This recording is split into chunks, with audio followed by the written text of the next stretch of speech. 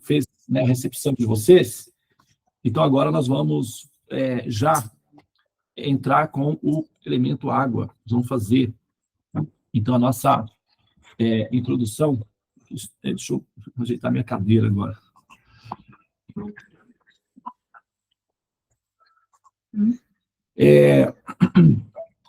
Nós vamos fazer, então, a introdução no campo, que é justamente vamos consagrar o elemento água, né? E, na sequência, a gente já vai entrar na extensão do tema que nós temos desenvolvido durante a semana, tá? Para nós finalizarmos hoje, que eu vou ter um pouquinho mais de tempo, e concluirmos, então, o Siddhanta, que é a tese védica acerca da estrutura, da criação e da motivação, né, do Criador, tá bom? Muito bem, então eu vou pedir que vocês, por favor, sentem-se, já preparem-se a postura da coluna ereta para já, assim, dar ignição à Kundalini, que é assim, você já, essa postura, esse movimento já é um comando para o sistema neurológico em relação à Kundalini. A consciência, ela começa embaixo, nós temos os chakras, tá? Muladhara Chakra é o primeiro chakra, o chakra raiz, que está relacionado com, né, a parte biológica, que envolve também a sexualidade e tal. E a consciência começa aí, nessa fase tamásica, também considerada a fase tamásica, que é o renascimento, né? Muladhara Chakra. Mula significa raiz, né? E Dhara, né? Que dá raiz, o que cria raiz, o que gera enraizamento ou renascimentos. Então, a ideia dos processos dos mantras, do sadhana, é gerar prana. Esse prana, então, ele é recebido ele vem pelo Sahasrara Chakra, que é o chakra da coroa. Então, que é um receptor de sinais, semelhante a um satélite, tá? Uma antena parabólica. Então, esse Sahasrara Chakra capta os sinais, que são sinais metafísicos, e joga para dentro do hardware, que é o processador, o cérebro. Ok? O cérebro é um celular, como se fosse um celular, tá? E o Sahasrara Chakra é como se fosse aquela pecinha, aquela maquininha do roteador, né, na sua casa, do Wi-Fi. Ok? Então, o que o roteador faz? Coleta as ondas, que são os sinais, retransmite esses sinais para o seu equipamento de bordo, que é o celular, que é o seu computador de bordo, e ele, então, condiciona o sinal dentro do hardware, que é o equipamento, e ele, então, vai matematicamente ler essas ondas e oferecer a você o resultado final que torna a coisa racional do seu ponto de vista, que é cor, imagem e som. No futuro também haverá opção de sabor. Haverá softwares que vão interagir diretamente com o sistema neurológico. É um aplicativo e você ativa aquela função e você vai conseguir sentir o sabor do produto que você está observando. Também vai ser possível os casais se beijarem à distância. No Japão já tem experiências disso daí. Tá? Só que é meio bizarro. Eles colocam uma boca artificial, que é colado é como se fosse um plugzinho no celular. E aí coloca a boca aqui, o casal está à distância, e aí tem um aplicativo que transfere para outra pessoa a sensação do beijo, mas ainda é por uma maquininha que fica bem esquisita. É bem engraçado até os casais se beijando à distância, mas é possível, já é possível atualmente.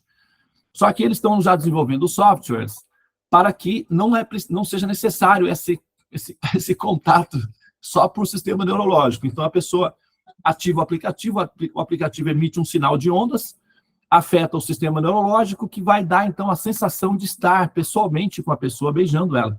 E aí, naturalmente, não para no beijo, né? O pessoal vai querer desenvolver o software ao limite máximo possível. Sabe como é que é, né? Onde os meninos, como é que é? Onde tem menino não se pode vacilar. E os meninos, né? Enfim, meninos e meninas. Então eles vão querer se divertir e a coisa vai longe, tá? Nesse sentido aí. Então, eu sou muito ligado com tecnologia de futuro. Então, tem um canal, sou membro de um canal que eles apresentam as tecnologias de futuro, as propostas de tecnologia de futuro. E essa é uma delas que eles estão desenvolvendo e eles estão achando que a empresa, né, a startup, está apostando que ela vai ser a próxima multibilionária do planeta assim que desenvolverem esse software. É tudo software, são aplicativos, tá? Que geram os efeitos. Como o nosso cérebro ele recebe tudo por ondas, cor são ondas, audição são ondas, visão são ondas, o sabor são ondas. Então, ele só precisa introduzir um aplicativo que reproduza o sabor. Então, você vai entrar lá no site da padaria e você vai experimentar um pouquinho de cada bolo para saber qual você vai pedir. É interessante, né? Aí agora você já se interessaram também, né? Mas tem que esperar um pouco mais ainda, não está pronto, vai demorar um pouquinho, tá? Mas, enfim, então é assim que funciona, por recepção de sinais. Então, esse sinal que é emitido pelos mantras da região transcendental entra no nosso campo dessa forma e ele desce pela Kundalini e vai lá na base do Sahasrara Chakra, do Muladhara Chakra, ele vai preenchendo o espaço, a consciência ela fica presa ali nesse chakra. E o prana vai entrando ali e vai preenchendo o espaço, e com isso ele vai empurrando a consciência para cima. É muito interessante. Uma vez, um burro não, na Índia foi um elefante, caiu dentro de um buraco enorme. Aí eles não conseguiam tirar o elefante de lá de dentro. Qual a ideia que eles tiveram? Encher o buraco com terra. Mas o elefante estava lá dentro. Mas é simples. À medida que eles jogavam terra, o elefante ia pisando. Eles foram jogando terra e o elefante foi, de repente o elefante estava na superfície, enchendo o buraco com terra. É inteligente, né, a solução. Então, a elevação da Kundalini, da consciência, através dos chakras, funciona no mesmo sistema. O prana, ele vai preenchendo o espaço, e isso vai trazendo a consciência para cima. Então, ele passa pelo o Swadhisthana Chakra, o Manipura Chakra, depois ele vem para o Anahata Chakra, vem até o Vishuddha Chakra, o Agnya Chakra, e finalmente daqui, da plataforma de lançamento, ela então contempla a saída. Ela consegue ver a saída. E aí, nesse ponto, ela decide, então tá, já que eu estou aqui, já saio logo de uma vez, porque não tem nem como voltar mais mesmo, então daqui é para frente. Então a pessoa decide sair do samsara. Tá? Então, para isso, a gente precisa preencher os espaços vazios que nos prendem lá no fundo do poço. Tá? Alguns lá no fundão, outros mais um pouquinho para cima. Aí você vê onde é que você está, tá? E o quanto você precisa preencher aí os espaços vazios, tá bom? Com os mantras, enfim, com o sadhana. Então vamos lá, tá? Para a gente poder fazer então esse movimento aí. Vou pedir que vocês, por favor, fechem os olhos e na hora que vocês, como eu estava dizendo, na hora que você fecha o olho e se posiciona, isso é um comando neurológico. Todo o sistema neurológico se alinha ou se ativa para essa função. Então, se você fizer direitinho, a função se aplica, tá? Então, vamos lá. Eu vou pedir que você, por favor, agora, então, mantenha a sua coluna ereta, feche os olhos, respire profundamente, silenciosamente, vamos observar 1 minuto de silêncio. Tem o seu japamala em mãos, perdão.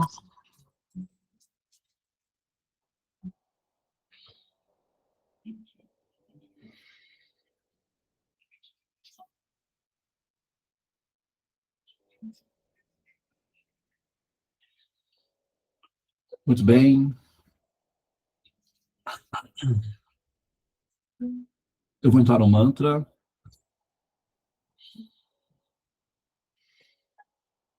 Om.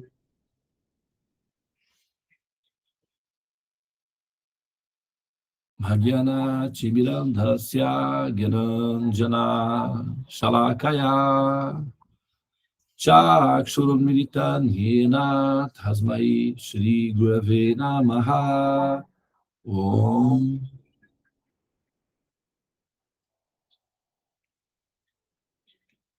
Tradução. Muito embora eu tenha nascido na mais obscura região da ignorância, conhecido como o assim chamado mundo material, que é repleto de repetidos nascimentos e mortes, o mestre espiritual está abrindo os meus olhos com o archote do conhecimento transcendental, a revelação védica, e assim, libertando-me definitivamente do ciclo do samsara, que são os repetidos nascimentos e mortes. A tal mestre espiritual que é pleno de bem-aventurança transcendental e compaixão pelas almas condicionadas ao ciclo do samsara, eu ofereço minhas respeitosas reverências com o meu coração pleno de gratidão e minha mente repleta de satisfação. Portanto, Jaya Gurudeva, Jaya Prabhupada, Hare Krishna, Krishna Krishna, Hare Hare, Hare Rama, Rama Rama, Hare Hare. Ó energia suprema, amor divina, ó Mahamantra, libertador do ser, desperta-me, eleva-me, envolve-me, protege-me, Hare Krishna. Muito bem, agora com o seu Japamala, toque no seu Agya Chakra, que é o chakra frontal, o terceiro olho, respire profundamente, Hare Krishna.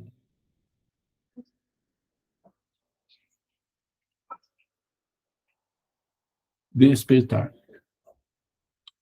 Agora toque no seu Anahata Chakra, que é a morada transcendental do Param-Atma, a alma suprema, o reservatório do oceano de néctar, o estado Ananda, que é o prazer de existir, compaixão, respire profundamente, Hare Krishna.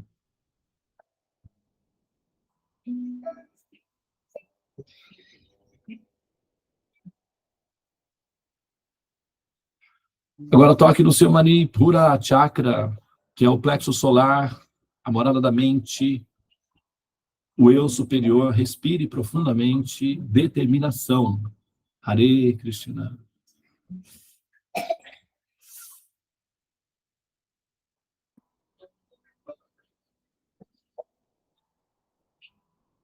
Pranamas. Reverências ao mantra.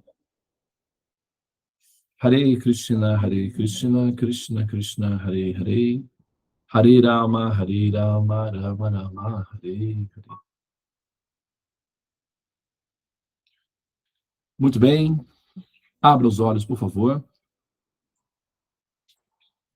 Beba da sua água.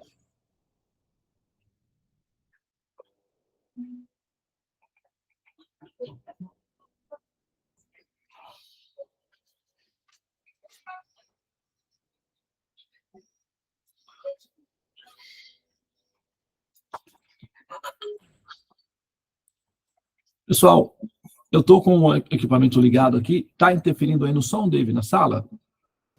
Não. Tudo bem. Muito bem. Então, agora são...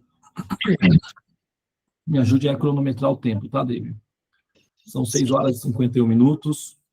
A gente vai dar sequência aqui na nossa... na dissertação que nós estamos desenvolvendo ao longo da semana.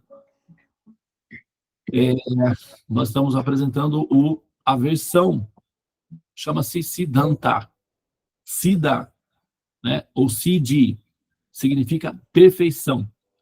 Os yogis praticam yoga para alcançar siddhis, ou seja, perfeições místicas, como, por exemplo, né, o mestre Satya Sai Baba.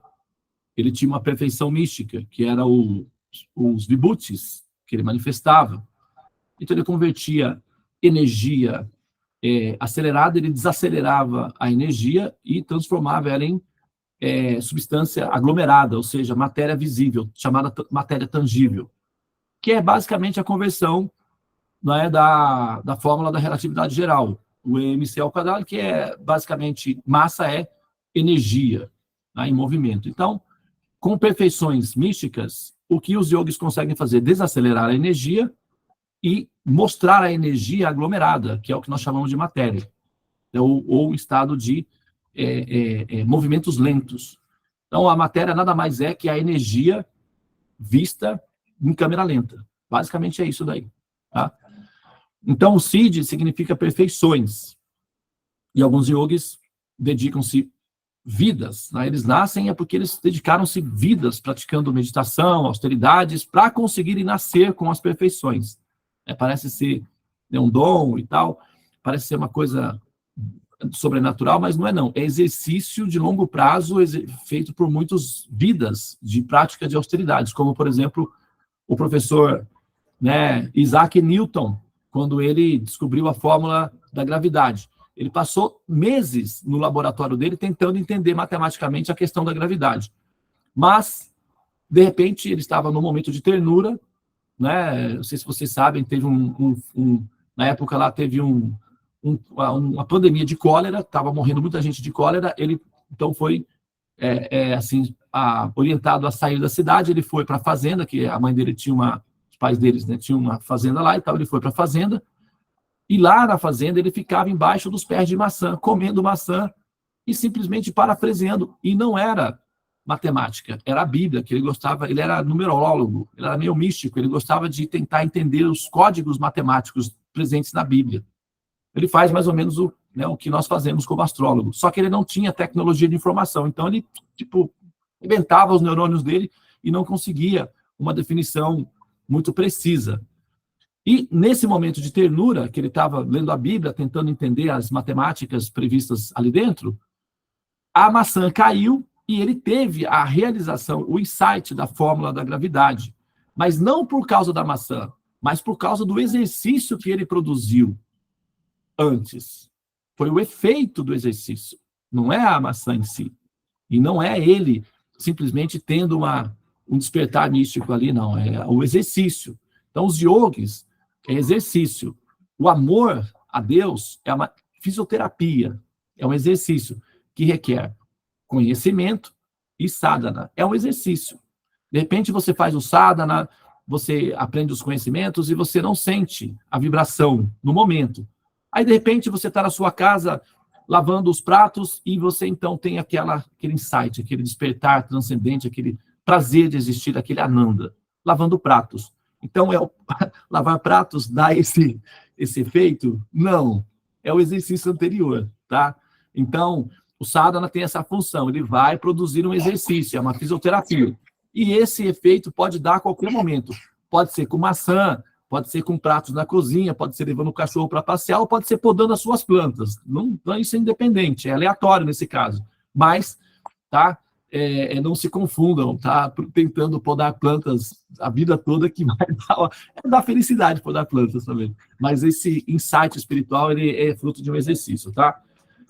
Bom, então, Siddhi significa perfeição, e Antaha, que significa o resultado final do esforço, que é isso que nós estamos falando. Então, Siddhanta significa que, após um grande esforço, o ser consegue uma conclusão coerente da observação da realidade. O que os filósofos chamariam de verdades conclusivas, ou de verdades assertivas, ou de verdades fundamentais. Então, o que para o filósofo é uma verdade fundamental, do ponto de vista da filosofia, para o pensador védico, chama-se Siddhanta, ou verdade conclusiva, ou realização final da perfeição do ato de observar a existência. Então, isso é a variação, tá?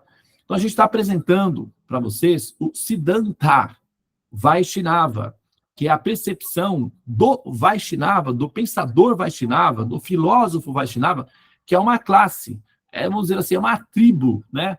Dentro da colcha de retalhos, que são as diferentes escolas filosóficas védicas. Nós temos, né, ali, como você vai numa cidade, você tem Unicamp, você tem o Unesp, você tem USP, você tem vários tipos de universidades, e aí você pode selecionar uma delas para sua formação, que tem vários cursos. Então, os Vedas, eles são assim também, eles são várias universidades, é um compêndio, é uma cidade universitária, tá? E aí você entra ali E você vai, então, escolhe um dos cursos e vai em frente.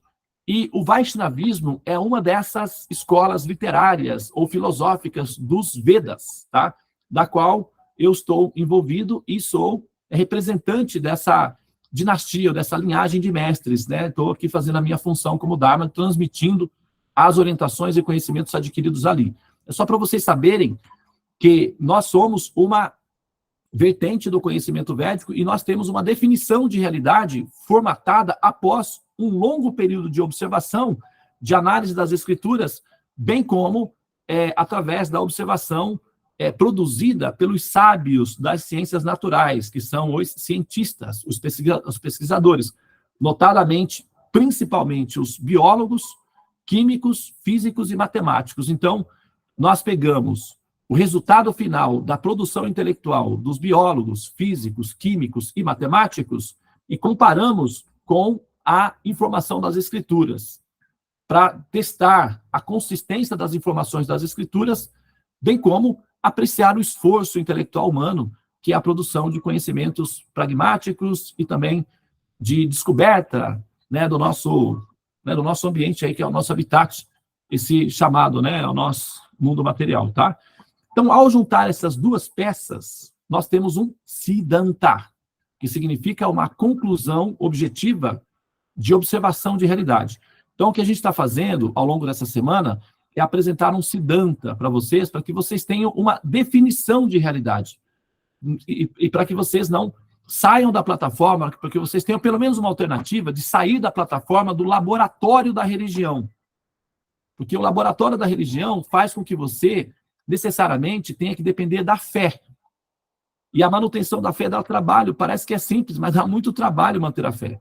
É muito desgastante, porque você tem que ficar lutando com as suas dúvidas internas constantemente. Isso dá muito trabalho, ocupa muito tempo e espaço da sua memória de HD e desgasta muito o seu emocional, a ponto de as pessoas até desistirem da fé, ou desistirem de pensar na fé. E aí vai andando devagar, porque já tive pressa, né? Eu levo esse sorriso porque já chorei demais, e o Almir Sater está aí para demonstrar que isso é possível. Tá ok? Tá? Eu até coloquei ele aqui para a gente ouvir ele no final do Sadhana, para vocês conhecerem a história dessa música, que é incrível a história dessa música. E essa música foi produzida aqui do lado da minha casa. Vocês vão ver só, depois ele vai contar aí para vocês aí, tá? Vamos lá, então, né? Voltando ao nosso ponto lá da questão onde nós paramos nas diferentes expansões técnicas do Senhor Supremo, né? Nós mencionamos que, tá? Vamos lá voltar na analogia, tá? Imagine, então, ok? Imagine que há Deus, né? Eu não vou me colocar como exemplo também, porque às vezes as pessoas me criticam, não você, mas outras pessoas me criticam, mas a gente precisa de um modelo, tá? Então você pode colocar aqueles que ouvirem no futuro, sei lá, criticarem, podem me tirar do modelo e pode colocar você mesmo, que dá igual. A ordem dos fatores não altera no produto, tá? Eu só preciso de um modelo. Então vamos imaginar que eu seja Deus, tá? Vamos imaginar que vocês sejam as minhas Shaktis, as minhas energias, meus associados, meus amigos pessoais, queridos. E nós estamos projetando a questão das incubadoras para maturar as alminhas, tá?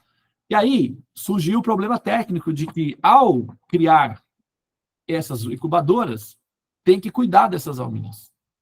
E aí eu, enquanto Deus, entro numa situação de conflito, porque o meu tempo disponível para viver a minha felicidade de Deus, na minha perfeição, na transcendência, na minha morada original, com os meus amigos queridos e pessoas queridas, tenho que sair desse ambiente para trabalhar duramente, eternamente, para cuidar das alminhas e viver os dramas e os sofrimentos delas. E não são poucos os sofrimentos delas, porque elas se metem em muita confusão e depois eu é que tenho que resolver.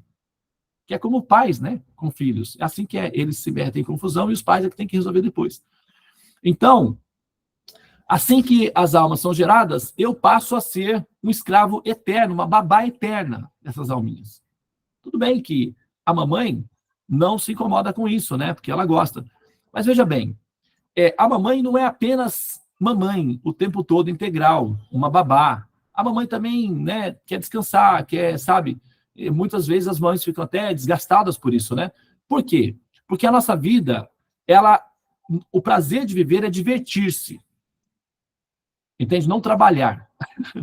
O prazer de viver é se divertir e não trabalhar. Por que a gente trabalha tanto durante a semana? Que é para no final de semana poder confraternizar com os amigos, ter o almoço de família, para poder se divertir.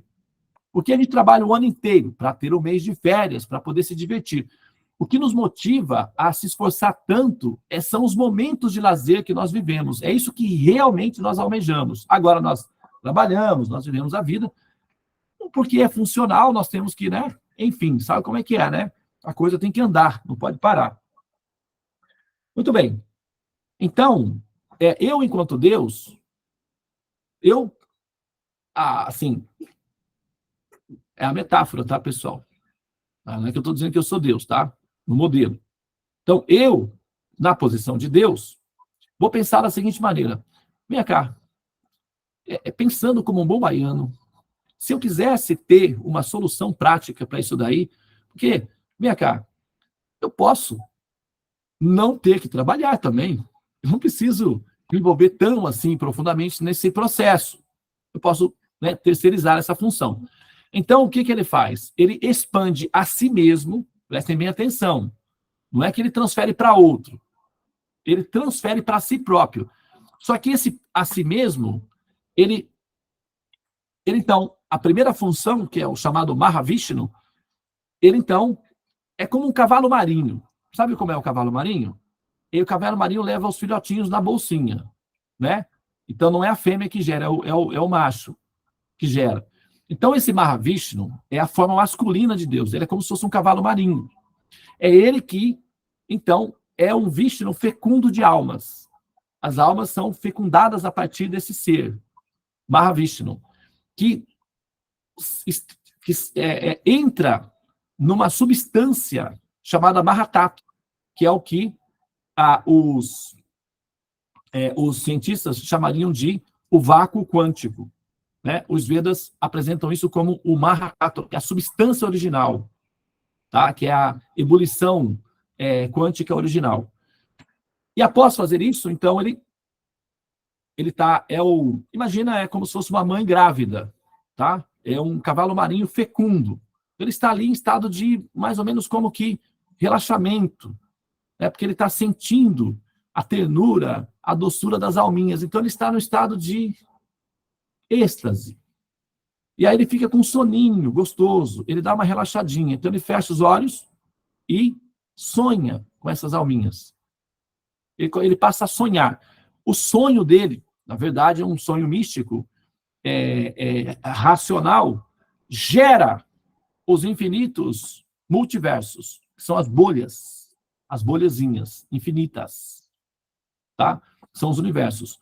Atualmente, né, a matemática da teoria de cordas já prevê essa possibilidade e apresenta essa possibilidade como a mais racional e plausível das possibilidades, em que haja não apenas um único universo, mas uma infinidade de universos possíveis. São os chamados multiversos. Essa teoria de multiversos já estava prevista nos Vedas muito tempo antes. Só que agora ela está sendo observada matematicamente. Então, isso facilita, né, a metáfora. Então, ele gera esses infinitos universos. Agora, mais uma vez, essas bolhazinhas, elas estão vazias com substância, que é Mahatattva, que é ebulição quântica. Então, que significa basicamente informação, tá? Então, ele entra e se expande individualmente em cada uma dessas bolhazinhas. É como, por exemplo, imagina você tem bolhas de sabão e você tem uma vela acesa aqui. Então, essa vela acesa vai refletir dentro das bolhazinhas de sabão, parecendo que estão lá dentro.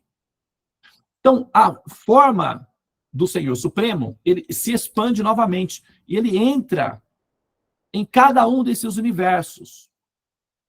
Ele permanece em estado, não em estado de suspensão. Ele não está visível, tá? Mas ele entra em cada um desses universos E esse próximo Vishnu, essa próxima expansão de Deus que entra em cada um dos universos, chama-se Garbo Vishnu, que significa esses universos, eles são semelhantes a ovos.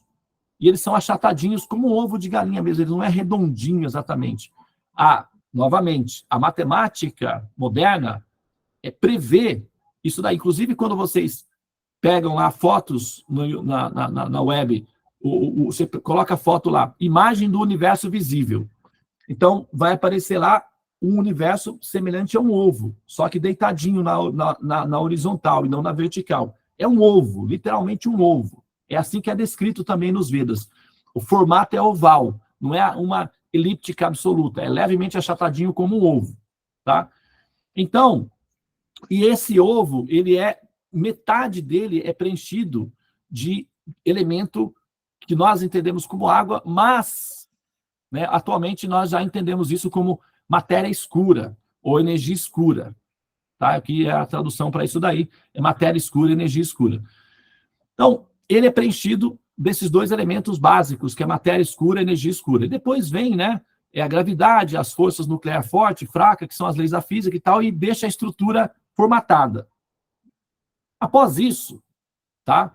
Ele vai gerar, então, enfim, ali os seus... Né, ele vai produzir ali, inicialmente, né, o processo que é descrito como Brahma, que vai... Então, as formas já são todas pré-definidas, como num programa de computador, o filme vai rolando e as formas vão aparecendo. Para nós, do nosso ponto de vista da observação, isso chama-se seleção natural, evolução. Do ponto de vista do programador, é só um programa previamente calculado para ser desenvolvido no decorrer do elemento tempo. Do nosso ponto de vista, a gente vê isso como evolução ou seleção natural. Do ponto de vista de um programa pré-definido de computador, é simplesmente o processo da construção desse programa se desenvolvendo no tempo. Então, essa é a relação que se dá.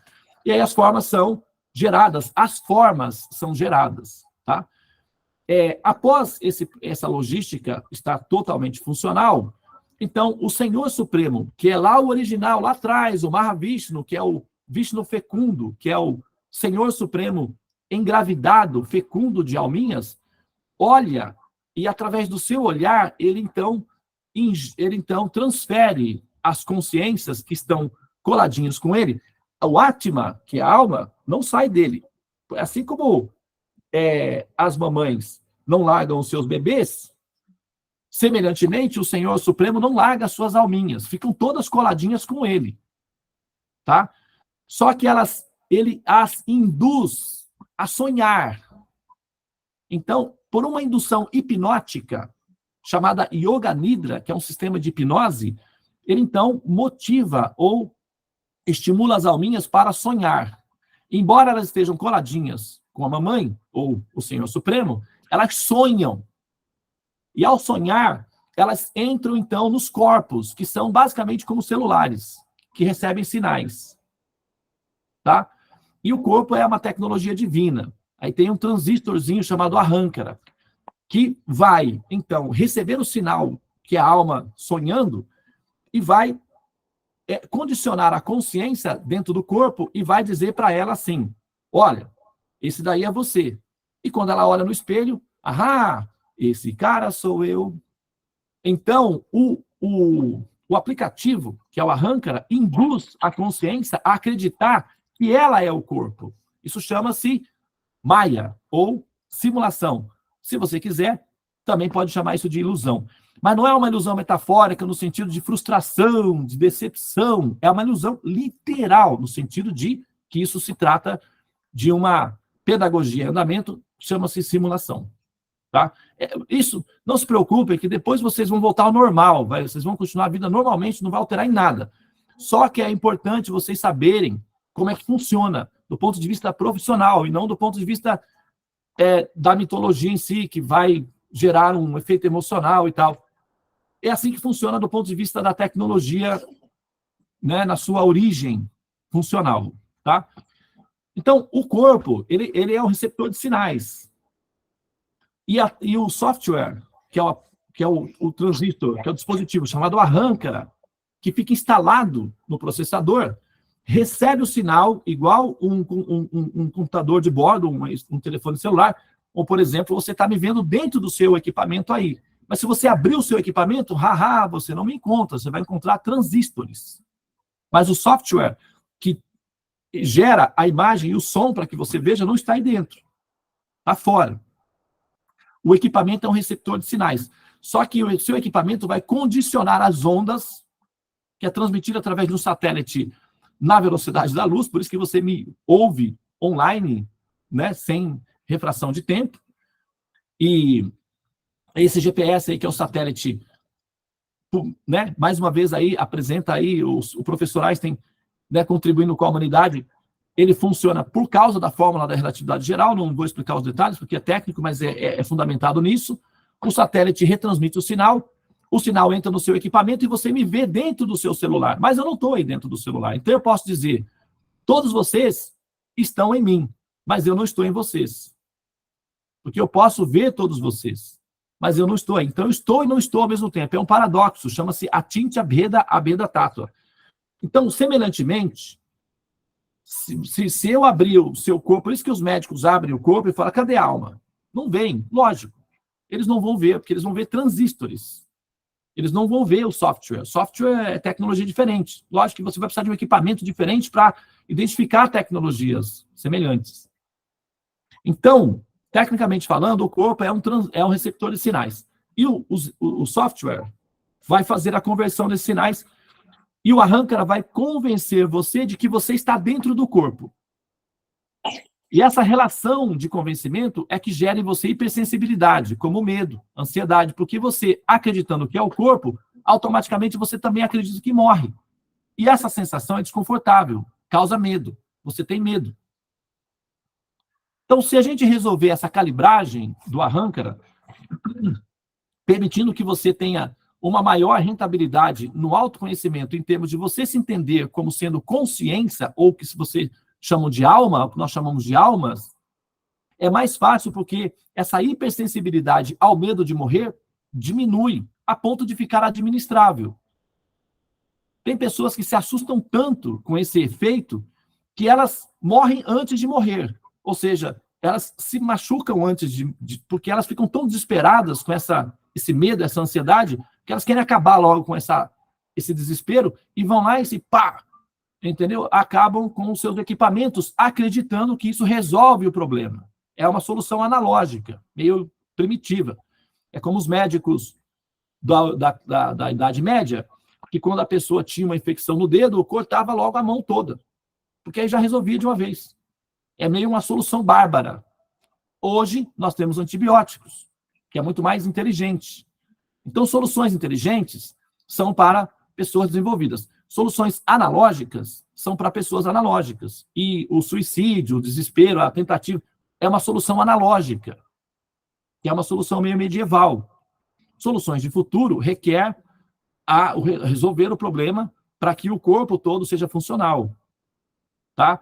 Então, nesse caso, essa hipersensibilidade ao medo de morrer faz com que as pessoas entrem em desespero. Então, entender esses conhecimentos, naturalmente, vai diminuir em você essa sensação de angústia, de medo. Vai fazer com que você seja uma pessoa mais administrável, que você tenha mais autocontrole emocional perante o ato de existir. Tá? Então, tem essa função terapêutica, o conhecimento. Ele produz liberdade, como Jesus dizia, conhecereis a verdade, e a verdade vos libertará. E a verdade é que você não é o corpo, essa aqui é a verdade. Tá? Eu não estou inventando isso, não. Isso é um fato. Ok? Só que quando você pensa que é o corpo, aí dá esse problema aí. Entendeu? Então, veja bem. Olha só. A consciência, então, ela está... Imagine assim, tá? Vamos colocar metaforicamente para você entender. Imagina a aranha, a mamãe aranha, ou a mamãe escorpião, todos os escorpiãozinhos, né? Até bonitinho, é bem fofinho, fica todo coladinho ali no corpo da mamãe. As aranhas também, fica todo mundo coladinho, grudadinho no corpo da mamãe. E às vezes ela chega na teia e as aranhas saem todas, né? Mas ficam na teia. Depois volta tudo e fica coladinho com a mamãe. É uma cena muito bonita de ver. Os escorpiões também, os pequenininhos, né? Então, é mais ou menos assim. As almas ficam todas coladinhas no corpo do Senhor Supremo, não vai para lugar nenhum. Bebês não saem de perto da mamãe. É sempre coladinho com a mamãe. Para onde vai um bebê? As almas são bebês, recém-manifestos. Então, elas ficam coladinhas com o Senhor Supremo, que é uma metáfora como um cavalozinho marinho, que cuida dos filhotinhos. Tá? Só que elas são induzidas a sonhar apenas. Não sai de perto do papai, de forma alguma, fica coladinho. Mas elas são induzidas a sonhar. E sonhando, elas acreditam que são seres humanos, que são árvores, que são gatos, que são cachorros, que são semideuses, que são elefantes. Tem almas que até sonham que são baratas. Acreditem. Se você pegar uma baratinha e entrar no mundo dela e perguntar, senhor, senhora, quem você é? Eu sou o representante da comunidade das baratas. Você nunca ouviu falar de mim? Eu sou muito importante na minha comunidade. Que eu sou o...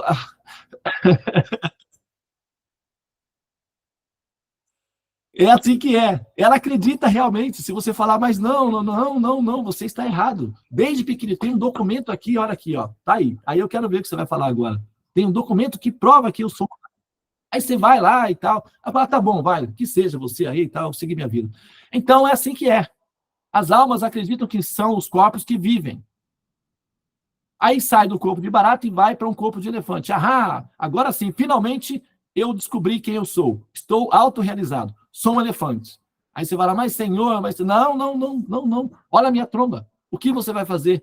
E aí continua essa história. Até que um dia ela fala, mas, pai, espera aí.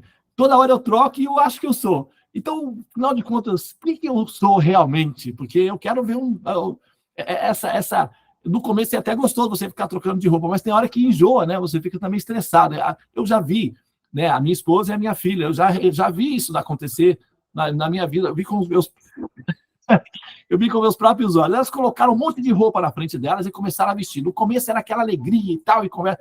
Daqui a pouco elas começaram a se irritar e não sei o quê, e jogar, vai essa roupa. Por quê? Porque cansa. Chega uma hora que até encontrar a roupa certa, a pessoa até se irrita, apesar de ter uma variedade diante delas. Tem muita gente que passa por isso. Sapato, roupa, comida, relacionamentos. Então, nesse caso, quando a alma passa a se identificar enquanto alma, então, Oi, só um minutinho, pessoal. Um minutinho só. Desculpa que o menino pisou no...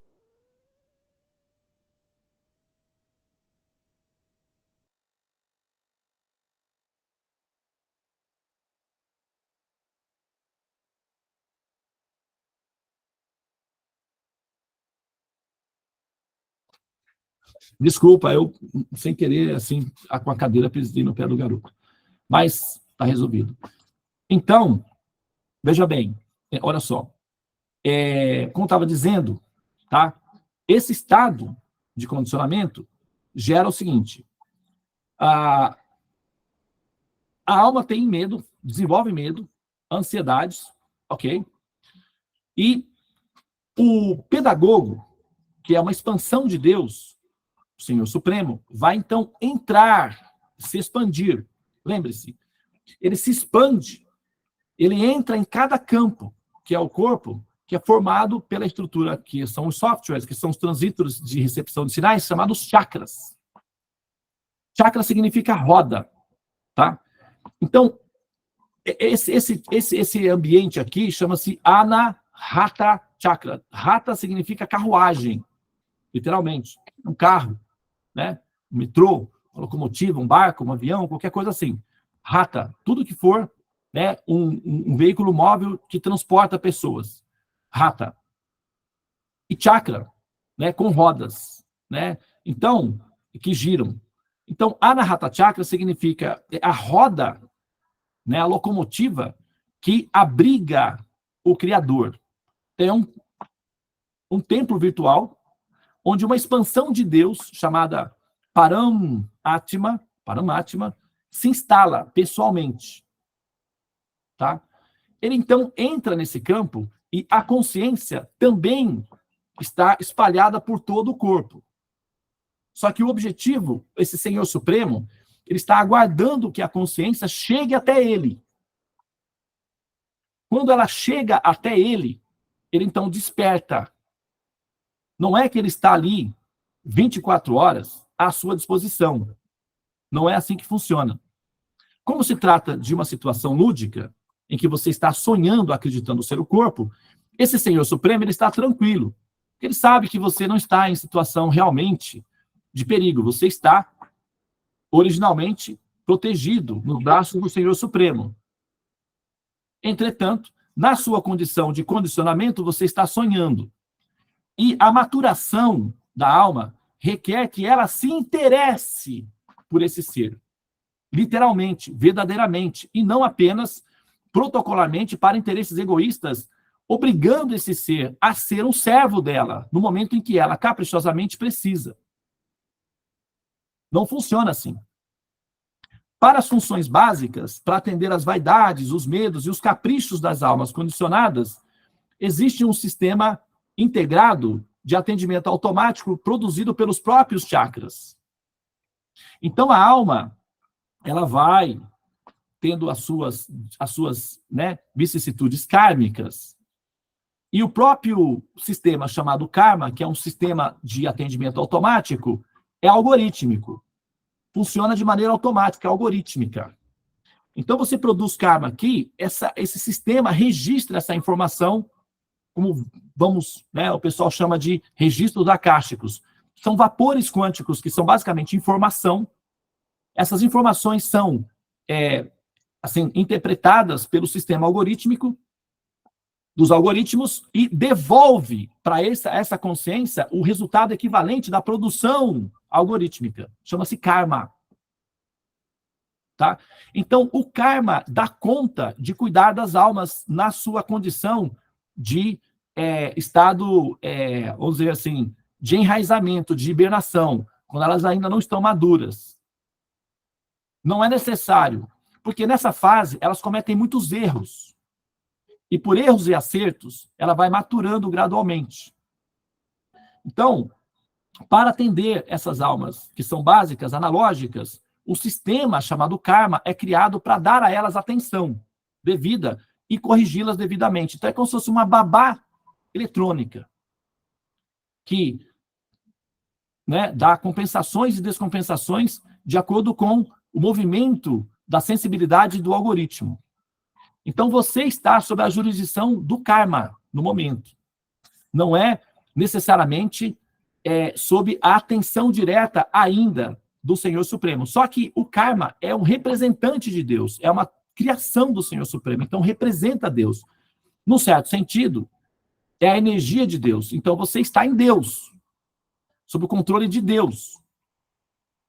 Entretanto, tecnicamente, essa função Deus, nesse momento, chama-se karma. E essa função Deus, chamado karma, é impessoal.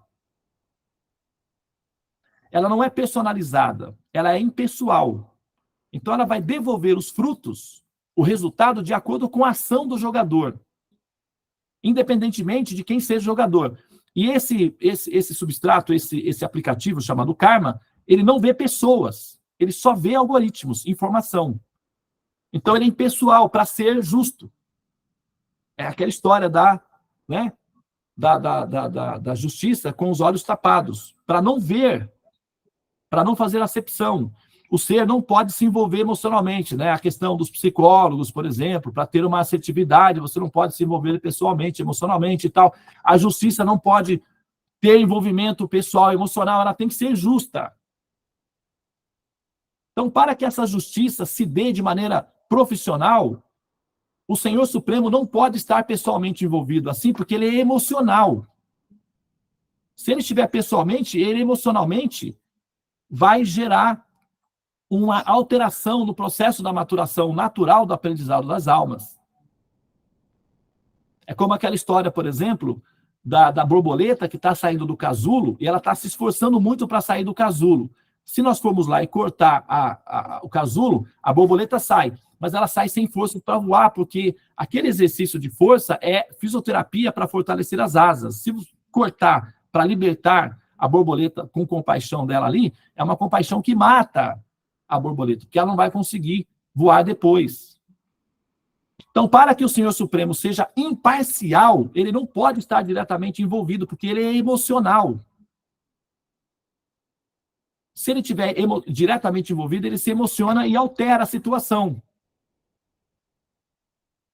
Então, o karma é um aplicativo impessoal para ser profissional e impessoal, ou seja, leal, justiça para todos, de acordo com as ações. Então, o algoritmo, que é o karma, vai fazer a distribuição, né, gradual. Entretanto, tá?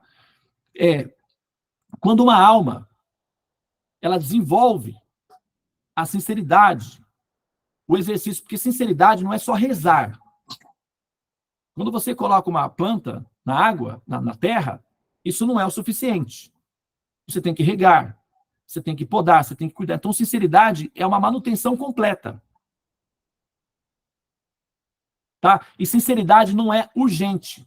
Você não é. Sinceridade não é só quando você está desesperado, em emergência, em estado de urgência.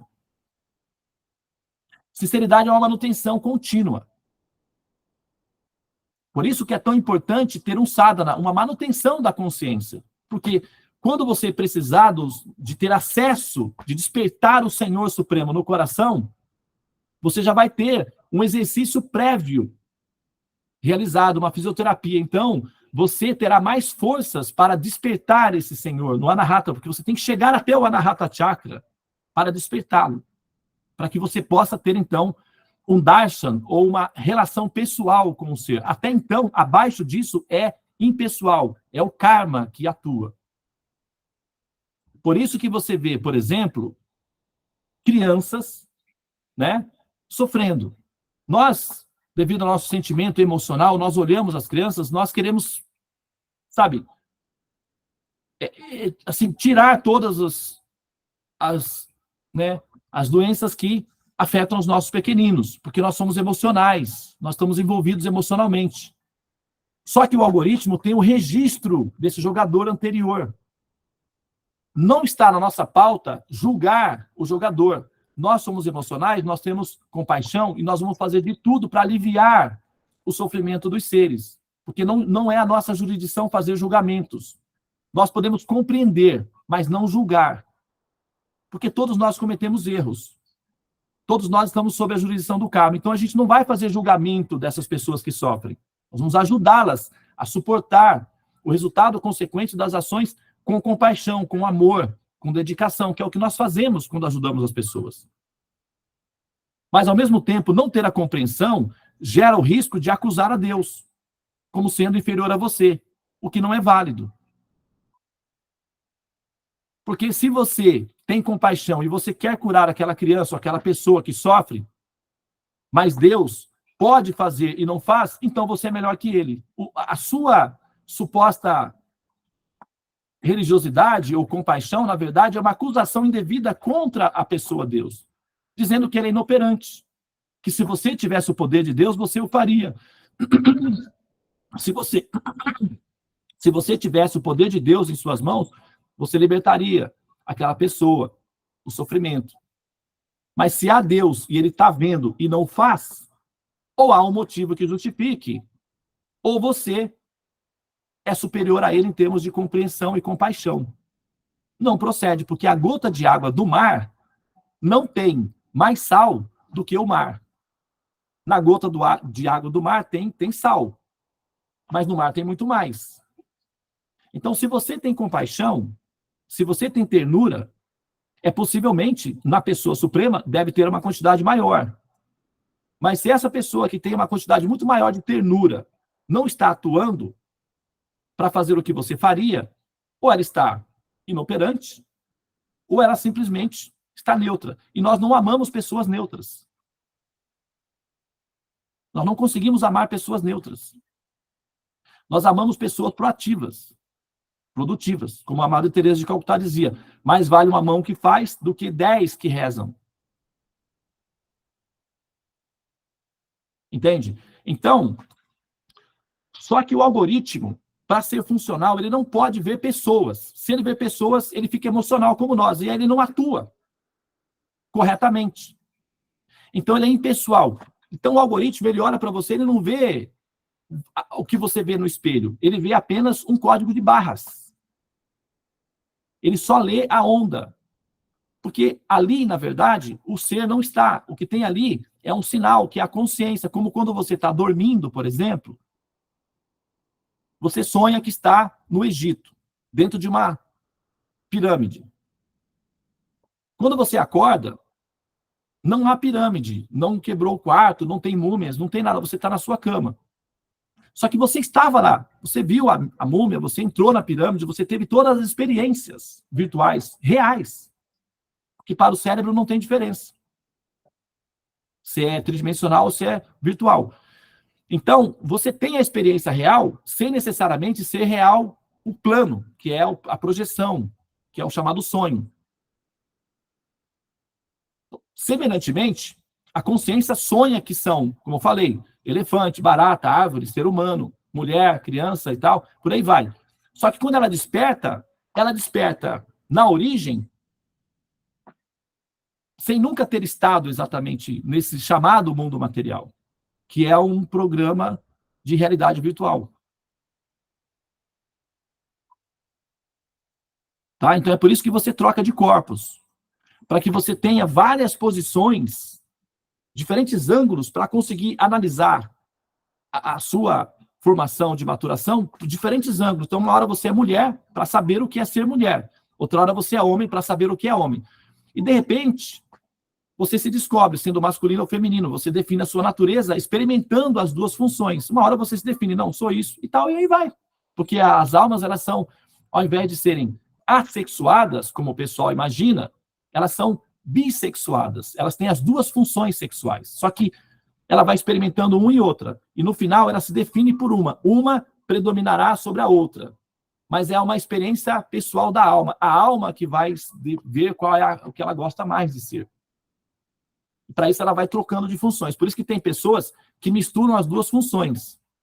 Ficam bissexuais no único corpo. Ou então nascem com uma formatação e mudam para outra. Porque a alma pode fazer isso. Ela tem as duas polaridades sexuais. Ela não é assexuada, ela tem as duas polaridades.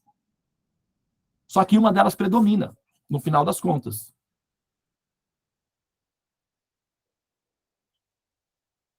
Tá? E isso demora centenas de milhares de anos, de vidas, até que a alma, né, mature. Então, para finalizar então aqui a minha fala, esse Param Atma, ele reside em estado de suspensão no coração, é Deus no coração. Então, quando você coloca a mão no coração, dependendo do tipo de relacionamento que você tem com essa pessoa, você consegue despertá-la. Por exemplo, agora sim vou finalizar. Imagine você ter uma amiga. Ela liga para você e fala: oi, amiga, como é que você está hoje e tal? Eu vi fulano e tal, vou passar aí para a gente tomar um cafezinho. No outro dia, ela chega lá com um biscoito e tal, vai visitar você. Ela tem uma interação com você. Aí um dia ela está em apuros, cartão de crédito lá, fez um truque com ela tem que pagar imediatamente, senão vai ter lá, liga, amiga, eu estou numa situação de apuro aqui. Você pode me ajudar?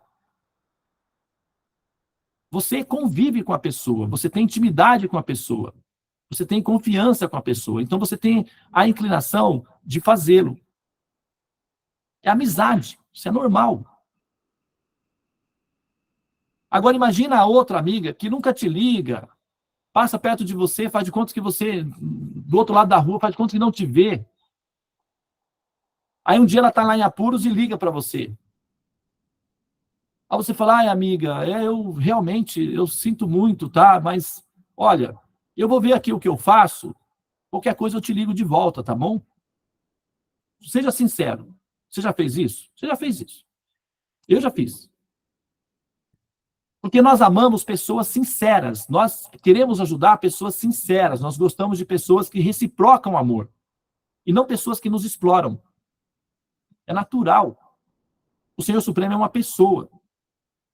Ele tem sentido pessoal de pessoa. Então não adianta a gente usar truques nessa relação. Porque não acontece. Nós ficamos sob a jurisdição do algoritmo, chamado karma.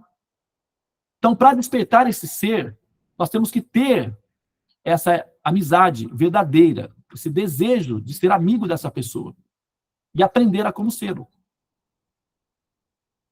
É possível. Mas você precisa, né, normalmente a gente faz assim, quando você quer conhecer uma pessoa, ter amizade com uma pessoa, você encontra um amigo que é amigo daquela pessoa. E aí você fica amigo do amigo daquela pessoa, que aí você entra junto no pacote. Aí você vai ter acesso, vamos supor, você quer ser, né, assim, conhecer o Neymar pessoalmente, jogador de futebol, sei lá, Xuxa, alguém assim. Mas aí você conhece alguém que trabalha com ela, ou que tal, entende, né, é amigo e tal, aí você vai junto, e aí você acaba, né?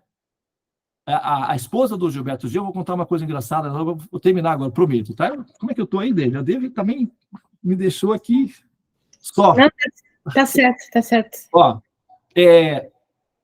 a esposa do Gilberto Gil chama-se Flora, né? Pelo menos na época era, não sei se é a mesma ainda, mas era Flora, né? E uma pessoa conhecida minha era esposa de um compositor musical. E ele ia ter um almoço com o Caetano Veloso e o Gilberto Gil, para mostrar o trabalho dele. E essa pessoa que era conhecida minha, que era esposa desse, né, desse escritor, desse compositor, foi junto. Aí ela estava toda feliz porque ia conhecer as esposas dos artistas. Ela foi e tal, ela até ligou e falou: estou indo e tal. Aí ela chegou lá, o que ela fez? Ela não se preparou muito bem, ela chamou a esposa do Caetano Veloso, que chamava-se Flora, de Fauna, Dona Fauna. A mulher teve uma crise de riso, né? O Caetano Veloso também teve uma crise de riso, mas foi bem engraçado, porque é despreparo, né? Dona Fauna, prazer em conhecê-la. Então você tem que conhecer o nome da pessoa, porque se você chegar lá e você vai falar o quê? Por isso é importante o nome. Não, você comete uma gafe. Fica claro que você não conhece a pessoa. Você está só fazendo um truque ali, tá? Então, gente, nós precisamos de um nome para poder se relacionar com essa pessoa. Por isso nós apresentamos o nome Krishna, Vishnu. Nós não falamos sempre Deus, meu pai, nós falamos o nome da pessoa para familiarizar-se com isso. Entende? O Senhor Supremo tem infinitos nomes, mas você tem que ter um com o qual você, né, possa se relacionar com ele, para que ele compreenda que você se preocupou, pelo menos, em saber o nome da pessoa. Porque se você quer ser amigo de uma pessoa, se você não sabe nenhum, sabe, não, você sabe o nome, então você tem que usar o nome, que é mais prático assim. A pessoa entende que você se preocupa com ela, se interessa por ela. Faz sentido? Então é assim, tá? Então, ele vai dizer que todos vocês estão em mim, mas eu não estou em vocês. Por quê? Essas formas funcionais, elas fazem o trabalho de base da incubação, da maturação das almas, enquanto o ser original, a pessoa original, se permite viver em estado de ananda, isolado dessa incubadora. E aí ele consegue viver e dar atenção às almas que já estão lá liberadas, e não ocupa esse processo. Porque se as almas que estão transcendentais, despertas na transcendência, o chamado reino de Deus, tivessem experiência do conhecimento desse mundo material, seria egoísmo delas permanecerem lá. Porque como é que elas permaneceriam em estado de felicidade e perfeição, sabendo que tantas outras que são semelhantes a elas estão sofrendo condições desfavoráveis? Seria egoísmo da parte delas permanecerem lá. Tá vendo tudo e fica aí parado. Catinguele, né? Não vou falar aí, porque senão o pessoal... mas Devananda lá, fala de espiritualidade, fala... Eu não falo palavrão, só uma vez por ano, que é autorizado. Mas eu vou devagar. Inclusive, tem uma lei que diz que uma pessoa que fala palavrão eventualmente é confiável. Mas não vai abusar, tá? Vai com moderação. Não pega mal. Ok? É uma lei, é um estudo de sociologia que indica que pessoas que eventualmente falam palavrão são pessoas sinceras e têm menos sistema de truques de segurança. Então, você consegue se relacionar com elas, tá? Mas então é isso, tá, pessoal? Então, essa diferença aí se dá em função técnica para que o Senhor Supremo possa viver a felicidade de ser Deus, sem necessariamente ter que se envolver diretamente com as nossas dificuldades primárias, básicas. O que nós precisamos fazer? Se você quer ter o Senhor Supremo, assim, desperto com você, se você quer ter a sensação de estar com Ele constantemente, você tem que despertá-lo. Você tem que se interessar por Ele e despertá-lo, porque ele está em estado de suspensão. É incrível, né? O paradoxo, que agora não é você que tem que despertar, mas você tem que despertar o Senhor Supremo no seu coração. Né? E de repente as coisas mudam de lugar, e quem perdeu pode ganhar. Né? Quem conhece aí, o pessoal sabe do que eu estou falando. Tem gente que não fica, né, boiando, mas quem conhece sabe, né, o que eu estou falando. E de repente as coisas mudam de lugar, e quem perdeu pode ganhar. Minha amiga, minha namorada, né? E tal. RPM, lá, o Paulo Ricardo. É só entrar lá que você vai saber, tá? Então, é assim, o jogo muda.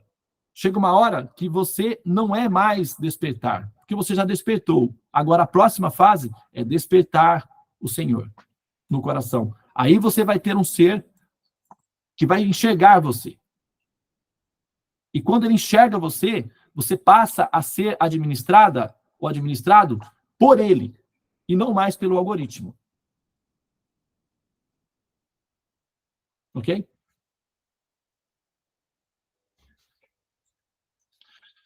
Muito bem. Passei aí do meu prazo, mas a culpa foi da Devi, porque vocês viram no começo, né? Eu falei, Devi, ó, cuida de mim aí, mas ela ficou lá. Não, tinha que terminar com chave de ouro, não precisava. Então, aí, qualquer coisa, pode falar com ela, tá? Que agora eu terceirizei a minha culpa. A culpa é minha, eu coloco em quem eu quero. E dessa vez, vai tudo para a Devi. Ai, ai. Muito bem, gente, olha, eu acho que, né, assim, nós fizemos um bom caminho até aqui, né? E isso ajuda muito a nossa compreensão, nosso entendimento.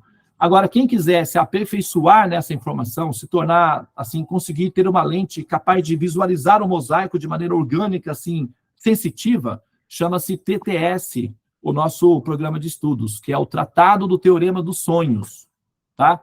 E nós estamos abrindo uma sala de aula e temos uma aluna qualificada, né, que, assim, cumpre os protocolos. Os protocolos são simples, tá?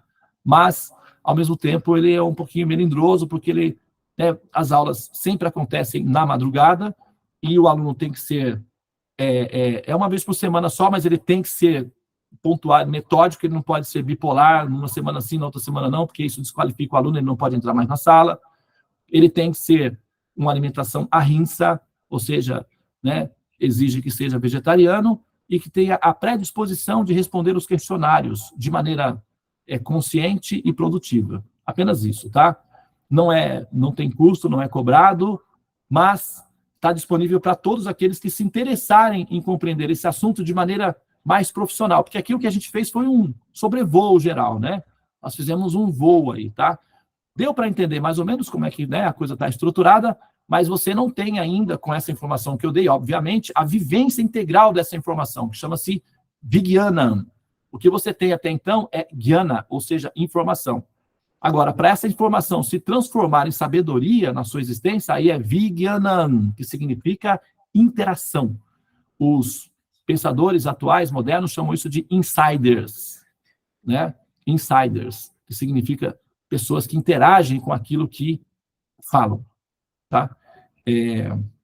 Então é isso daí, tá, pessoal? Muito obrigado, tá bom? Pela atenção de vocês, pela resiliência em aprender, em se predispor a evoluir. Namastê. Hare Krishna, Krishna Krishna, Hare Hare, Hare Rama, Rama Rama, Hare Hare. Hari Om, Shanti, Namastê, Om Tat Sat, Hare Krishna.